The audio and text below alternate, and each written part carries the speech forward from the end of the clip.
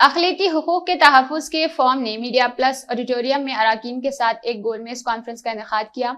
इस मौके पर सदर निसाउल्लाह खान, सदर हिंद सैयद और हैदर अली, नायब सदर मोहम्मद मसूद अहमद बेग और मेंबरान और दीगर मेंबरान मौजूद थे। मीडिया से बात करते हुए उन्होंने कहा कि अक़लियतों को काफ़ी परेशानियों का सामना है।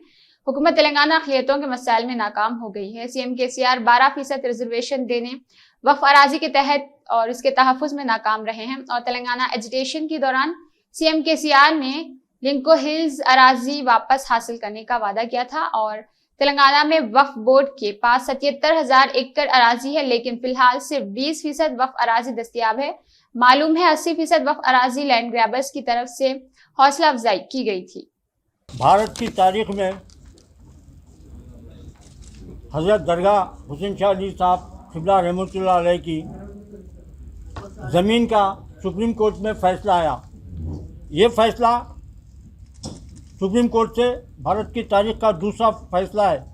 पहला फ़ैसला बाबरी मस्जिद का आया था, जिसमें पूरे सबूत होने के बावजूद भी कोर्ट दबाव में, मजबूरी में एक मुसलमान की बहुत बड़ी जायदाद के ऊपर गलत फ़ैसला दी और रंजन गोगोई जो उस वक्त जज थे, उनको रिटायरमेंट के बाद में मेंबर ऑफ पार्लियामेंट बनाया गया। सेम उसी तरह का फैसला हैदराबाद में एक मुसलमान की 1654 एकड़ ज़मीन, जिसकी 1 एकड़ ज़मीन 50 करोड़ रुपए है, उस ज़मीन का तेलंगाना हुकूमत केसीआर सुप्रीम कोर्ट से उसी अंदाज में फ़ैसला लिए जिस अंदाज में सुप्रीम कोर्ट का फ़ैसला लिया गया था। और ये केसीआर वो चीफ मिनिस्टर है जिन्होंने तेलंगाना बनाने में थोड़ा सा रूल निभाया था, लेकिन तमाम तेलंगाना के जहदकारों ने उनका आउटडेट साथ दिया। बिलखुसूस मुसलमानों ने बहुत बड़ा रोल अदा किया। उसकी अहम वजह ये थी कि आंध्रा के हुकूमत में तेलंगाना में माइनॉरिटीज़ के साथ वो इंसाफ नहीं हो रहा था जिसके वो हकदार थे। लेकिन केसीआर साहब ने इन अपने 14 से 7 साल दौरे इक़्तिदार में वो नुकसान पहुंचाया मुसलमानों का। 70 साल में कांग्रेस उतना नुकसान नहीं पहुंचाई, तेलुगु देशम उतना नुकसान नहीं पहुंचाई हमारे को। और उन्होंने जिस वक्त इक़्तिदार में आने से पहले अपना मैनिफेस्टो में जो वादे किए थे, एक दो वादे मैं आपको पढ़ के सुना देता हूँ।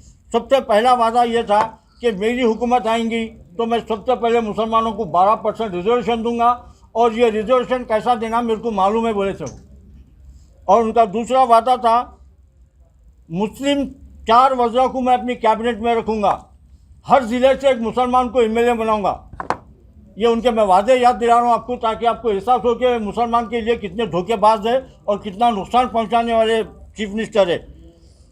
2011 में उन्होंने वक्फ बोर्ड का रिकॉर्ड सेक्शन लॉक कर दिया, जबकि वक्फ बोर्ड एक खुद मुख्तार इदारा है, हुकूमत को उसका अख्तियार नहीं है, लेकिन उन्होंने अपनी ताकत के ज़रिए उसको लॉक किया। और उसी वक्त उन्होंने जो लॉक किया, उसी वक्त ये फैसला उन्होंने कर लिए थे कि लैंको हिल का फैसला अपने कब्जे में कराना है, क्योंकि आज भी लैंको हिल पे 800 एकड़ ज़मीन खाली पड़ी हुई है।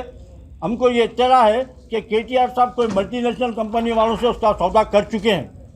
इसी सिलसिले में उन्होंने यहाँ उसको लॉक किया।